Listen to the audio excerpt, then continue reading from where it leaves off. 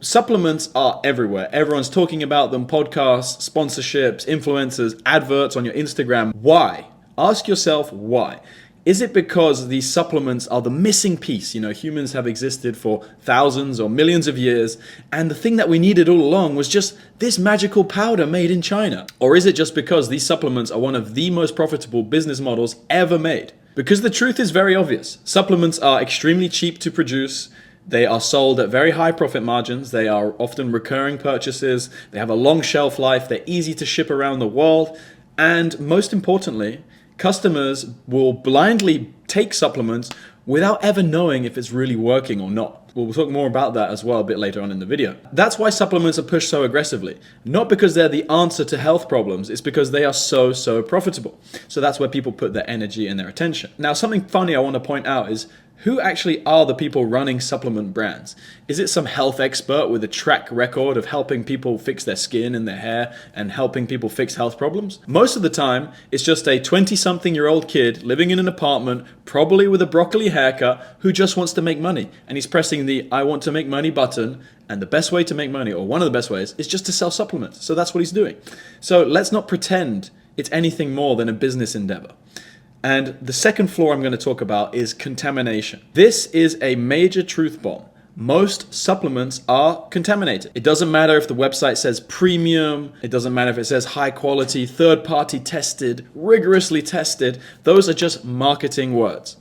Even brands like Brian Johnson, he's Mr. I had the cleanest supplements. His supplements were recently exposed for containing some heavy metals. Now, how is this possible? Brands that are supposedly third-party tested, how do they get away with selling supplements that do have heavy metal contamination? Well, here's what no one tells you about third-party lab testing. In third-party lab tests, they only test for large quantities which are immediately dangerous, the kind of amount that if you take it, you could end up in hospital very quickly. But the thing with these metals, mercury, aluminum, and lead, even small doses matter, especially when you take them every single day. They accumulate in your tissues, in your brain, for example, in your organs, and that will create serious problems over time. So these third-party lab tests, they're only looking for big amounts, but even a medium or a small amount of these metals is seriously harmful. So if you're taking these things regularly and they're contaminated with any amount of these metals, you think you're improving your health, but you're slowly poisoning yourself. So that is one of the biggest reasons not to take supplements. The third flaw that I need to talk about is, do they even work? People will pop pills for years without ever knowing if it's really doing anything more than just giving them more colorful urine. So, do supplements even work? For most people, they do absolutely nothing. There is nothing noticeable that will happen if you take a supplement. Now, there are some supplements that you can notice stuff, and I will talk about that in a moment, but most of them, you're not going to notice anything. And there's a few reasons why you won't notice anything. Firstly, many supplements are fakes. They are duds. They don't contain what they say they contain. Rice powder sold as supplements. Recently, there was some gummies, creatine gummies, that were exposed for not actually containing any creatine in them. The supplement industry is not very well regulated. It's not very rigorous, the regulations there. So you can just sell whatever garbage and you'll probably never get caught. And many brands do that, even big brands. So it's extremely common for that to happen. The second reason why supplements might not do anything is that even if they do contain the ingredient that it says, it's heavily processed, they extract it using chemicals, it's isolated, sterilized. So this is a very processed product that you're taking. By the time it gets to you, it might not be something that your body can even use well because it's gone through all that processing. So it might be hard for your body to absorb and use the active ingredients that it says. The third reason is that they're missing cofactors. This is one of the biggest problems. If you take a strawberry, you'll see that it's going to have vitamin C, but it's going to have a million other things in there. Enzymes, minerals, cofactors, synergistic compounds. There's a whole system working together, essentially. But with a supplement, you take one or a few pieces.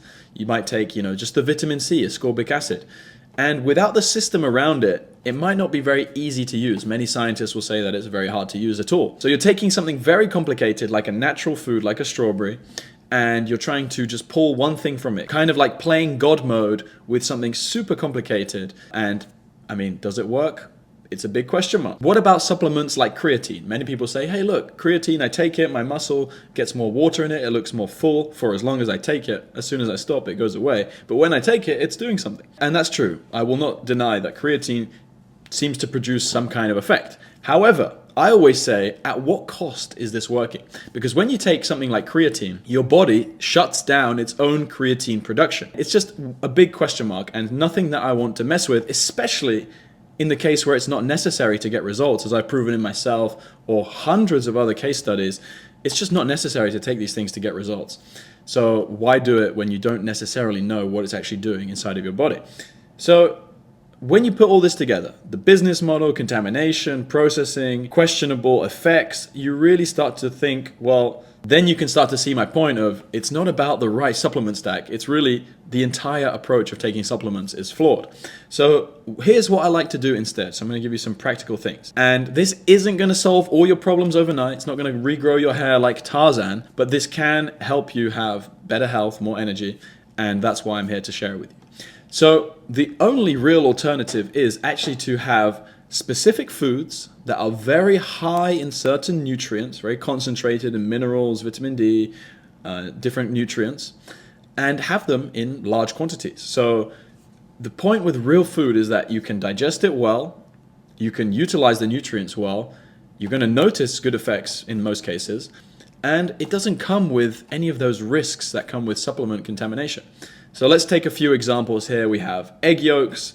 How many egg yolks did you eat in the last month? Most people don't have many, a couple, 2, 3 per day, maybe. Now, I personally like to eat the whole egg, but I'm just talking about the egg yolk because that's where the most nutrients are. So for most people, if they start eating 3 to 4 plus raw eggs every day, they're going to feel pretty good in that process. Make sure you get the highest quality. So that is a real life supplement. Something that can supplement your main food is raw eggs, for example. Then you have raw organs, raw liver, testicles, things like that. Now those taste pretty bad for most people. Some people really struggle with the texture, things like that. And if you really struggle, then no need to do those things. This is just another option, another tool in the toolkit if you want it.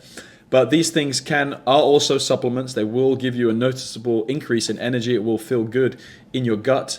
And you can just swallow it very quickly. You don't need to chew it. You can just wash it down with a little bit of water and just think of it as a protocol to get your nutrients in. That also works well for some people. Another example, and this is my personal favorite, is oysters. Now, some of you love oysters. People eat tons of them. Some people absolutely hate them and they feel sick when they eat them. So if you don't like them and you feel sick or whatever, I would say try it one more time and see. And if it doesn't work for you, no problem. You don't need to do the oysters. But if you don't mind oysters, or even if you like them, max out your oysters. How many oysters did you eat in the last month? If the answer is less than 20, then you haven't really seen what these oysters can do for you, how they can make you feel, your libido, your energy levels, even your brain function. So some people, I have to handle the objection, what about contamination with oysters, pollution, things like that? So here's why I don't think it's a concern, is because they have a very thick shell, and so that's very protective. But most importantly is that the oyster has so many minerals, it's one of the highest mineral foods that you can get, that it is a net benefit. Because it has so much of these minerals, the good stuff, it cancels out the bad stuff, the toxins, the pollution. So there's not really a concern. These 3 foods I gave you, just 3 little examples you could start doing tomorrow if you wanted to. These are far more useful than any amount of supplements that you ever take will be. To get all of the minerals that you need for your body to function correctly, those 3 supplements, just taking one oyster is going to be more powerful than infinite of your mineral supplements in your cabinet. Make sure you're sourcing the highest quality that you can get. And many of you ask me, well, how many should I take? Don't think in terms of how many should I take. Think about how much can I take? Because that's the real question, right? You want to maximize these nutrients, and most people don't really push it, so they don't necessarily notice anything. But if you start to eat a lot of oysters, a lot of egg yolks, you should start to notice that you feel good, as long as it's high quality and you digest it well. So just to be clear, those 3 things are not a miracle cure, right? You're not going to eat 20 oysters a week and suddenly regrow all your hair or maximize your testosterone. It can definitely help you, absolutely helps you, because it gives you the minerals that you need to do those things. But it's not a miracle cure by itself, right? You still need to nail every other aspect of health to get the best possible results. And so if you are serious about transformation and you want someone to guide you step by step so you don't get confused, you don't waste any more time than you've already wasted, and you stop making mistakes, and you finally get the opportunity to enhance your energy levels, your focus, how you feel, how you look, your hair, your skin, your bloating in your face. If that sounds interesting to you, then click the link in the description, fill out a quick application. It takes 60 seconds and we can talk there. Thank you guys for watching. Click the link if you're interested, and I'll see you next time.